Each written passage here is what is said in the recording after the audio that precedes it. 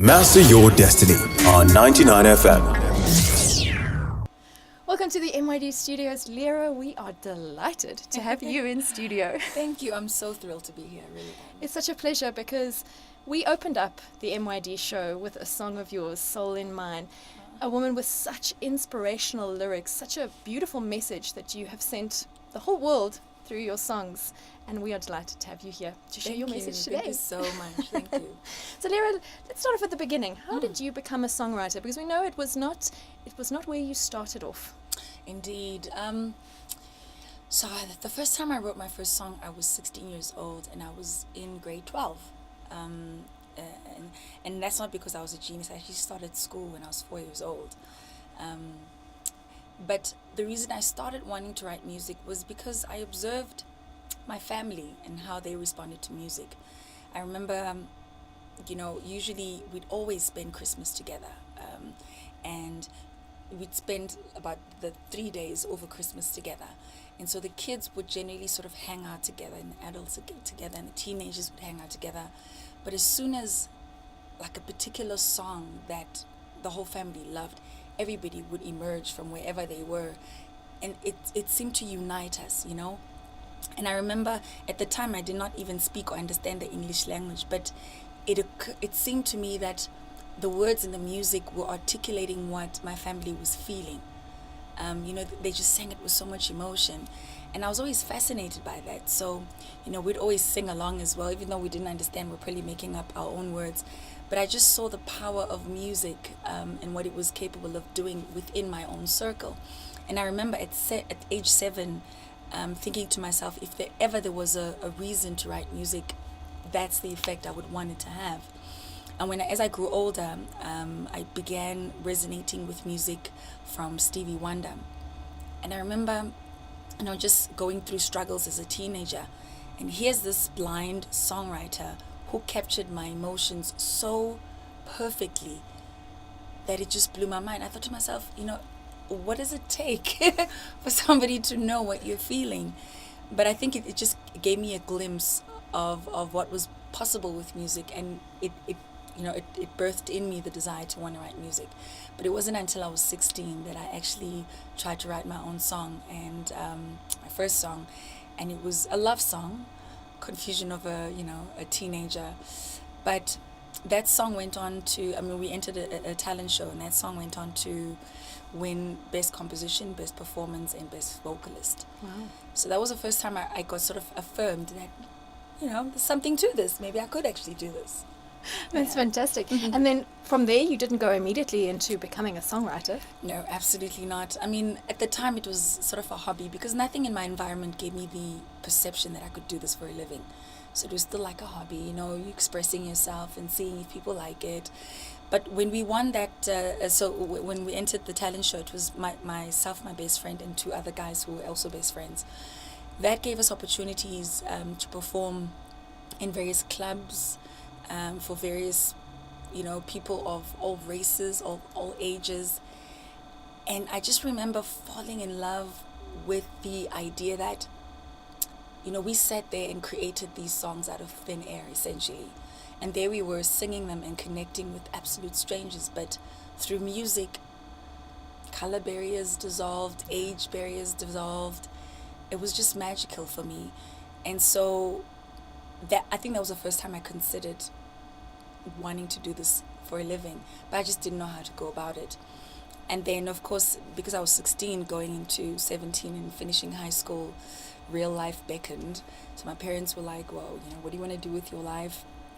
And the most logical thing at the time was to follow, I actually pursued a career, or rather studied towards accounting, just because that was my favorite subject. Okay. So that's what I did. I actually spent 4 years, because the first year I did like a management course. My mom felt I was too young to go to university at age 17, so she was like, I think you should stay home for a bit. And then so I had sort of a gap year. And I studied, I actually majored in financial accounting and internal auditing, worked for 3 years. And in that whole time, I kept my singing up, I kept performing, and I was just falling deeper and deeper in love with it. I was really fulfilled by it, but still considering it as a hobby. And then, I think in 1999, if I'm not mistaken, or 2000, I finished school and then I had to enter the job market. And that completely cut me off from that creative side. I was working Monday to Saturday most weeks. And so I sort of left that dream behind. And I did well in that space. It was amazing. It was fulfilling. It was lovely to be making money, to be educated, to be wearing the power suit. It was exciting. But 2 years into it, I grew desperately unfulfilled. And I didn't even know why. I was highly unfulfilled. I mean, there were also challenges with being in the corporate space that added to that. But I remember being, I think, 22 and asking myself, this is weird. I've got the job, I've got the status, I've got the money, but I'm unhappy. So if this isn't it, then what is happiness? And I had to define for myself. I realized I actually had to define what I think happiness is if this doesn't quite cut it. And my only connection with fulfillment or happiness at that time was being on stage and singing. So it seemed a logical direction to pursue that happiness. So the first thing I did was plan how I would achieve this happiness pursuing music. And so I drew up a 5-year plan, and as they say, the rest is kind of history.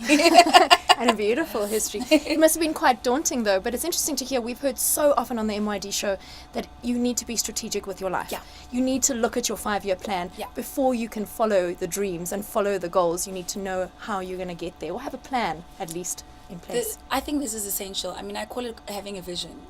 What are you up to? Where are you going? What are you doing? People go, I want to sing. Okay, stand there and sing. Then you would have achieved it. Yeah. But if you have a vision, then it's got detail. How do you want to be perceived? How do you want to live? What do you want to be remembered for? What kind of impact do you want to have? Just, in as much detail as possible. So for me, I thought 5 years was a reasonable time to do something tangible and something that I could be proud of in this industry. And even as I quit my job, I actually cashed in my pension fund, and I had already had some savings. So I had enough money to survive for a year. So I gave myself a buffer. And I felt a year was, 12 months is a reasonable time to give yourself some leeway, as it were. So I did have a plan, and there was a plan for what I wanted to achieve every single year. Obviously no guarantees, but I planned it in as much detail as I could at that time. And the important thing after that was to do something about it. So sometimes we lay plans and we sort of the plan's done. It's just I'm cool. But you have to do something about it. Start pursuing it.